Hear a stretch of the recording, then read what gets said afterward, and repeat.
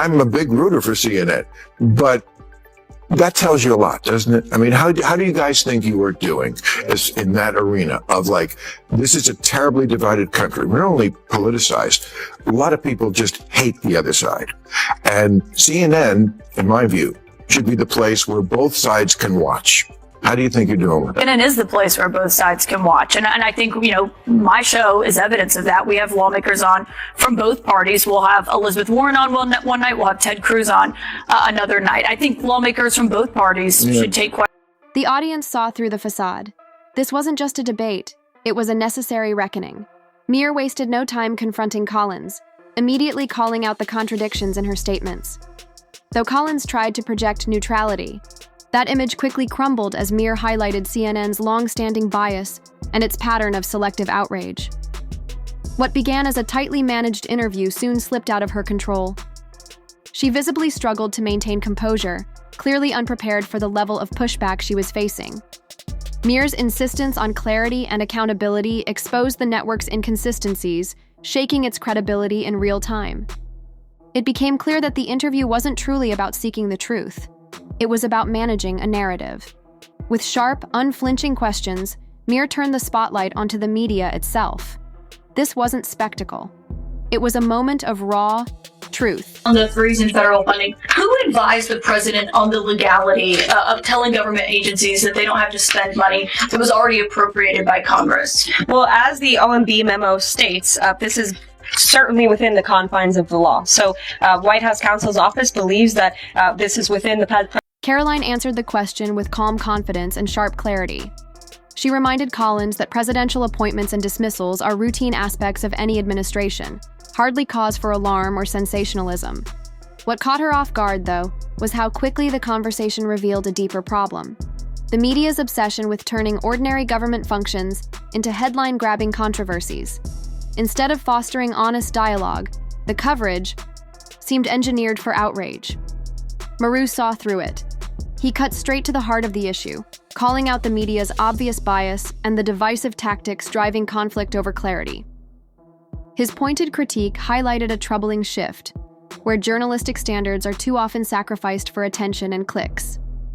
Together, Caroline's steady presence and Maher's unflinching honesty changed the dynamic of the exchange. They stripped away the theatrics, revealing how easily the media can twist reality in the absence of real accountability. For the audience, it wasn't just a conversation, it was a wake-up call. They disagree with lawmakers who say that they don't have the power to freeze this fund. Again, I would point you to the language in the memo that clearly states this is within the law. And all that happened on Friday night. The administration fired several inspectors general without giving Congress the 30-day legally required notification that they were being fired. I think only 2 were left at DHS and the DOJ. And then yesterday we saw several prosecutors, I believe 12, fired from the Justice Department who worked on the investigations into the president. As you know, they are career prosecutors, therefore they are afforded civil service protections. How is the administration deciding which laws to follow and which ones to ignore? So it is the belief of this White House or the White House counsel's office that the president was within his executive authority to do that. He is the executive of the executive branch, and therefore he has the power to fire anyone within the executive branch that he wishes to. There's also a case that went before the Supreme Court in 2020, Scala Law LLC versus the Customs, Bureau Protection. I would advise you to look at that case, and that's the legality that this White House. Kaitlan walked straight into the trap, hesitated, and from that moment, everything shifted.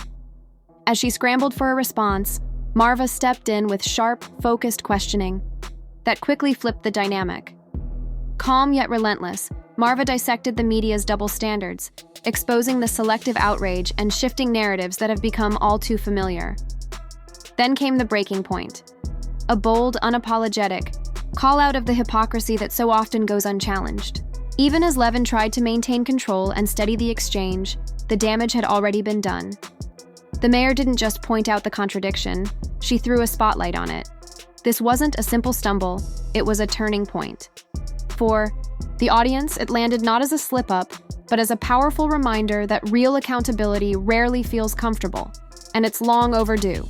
That if they bring lawsuits against you, the prosecutors who were fired, that they will succeed. We will win in court. And yes. did he personally direct this, given they worked on the classified documents investigation and the election interference investigation? This was a memo that went out by the Presidential Personnel Office, and the president is the leader of this White House.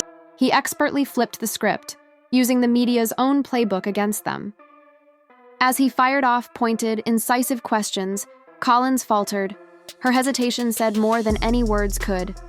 It was clear she wasn't used to being on the receiving end of the same intense scrutiny she so often directs at others. Then Maher delivered the decisive strike, calling out the blatant double standards and deep-rooted bias on full display. He made one thing crystal clear. If Lee were a liberal, the media's tone would be celebratory, not critical. The contrast was impossible to ignore. While Lavone had already offered a compelling defense, it was the mayor who ensured the double. Standard wasn't just acknowledged, it was exposed. There was no mistaking it. The hypocrisy wasn't hidden or nuanced. It was laid bare for everyone to see.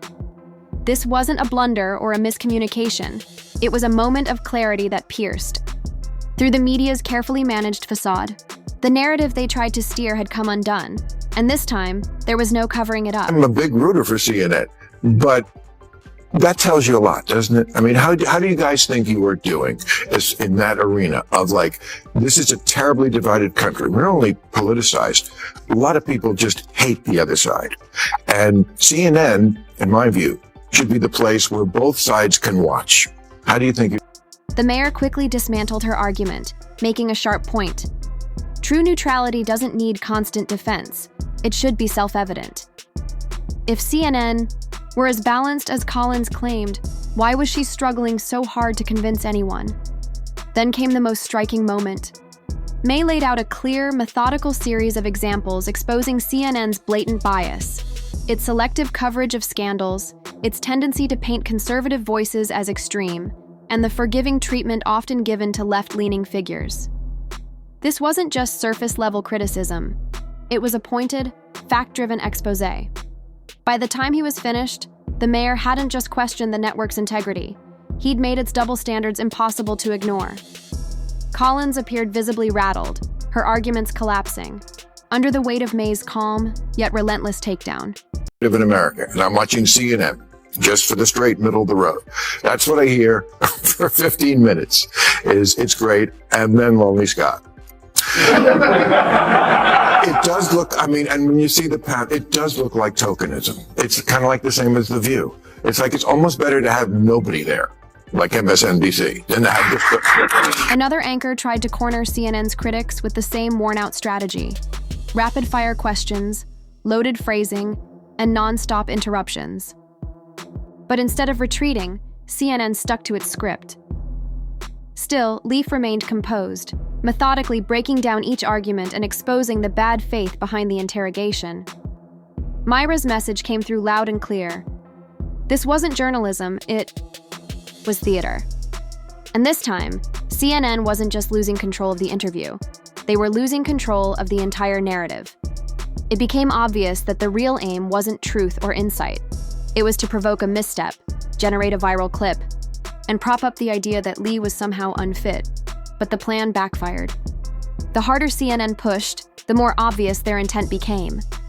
Leaf's calm, deliberate responses turned the spotlight back on the network's own tactics, prompting viewers to question not Lee's credentials, but the integrity of those working so hard to undermine her.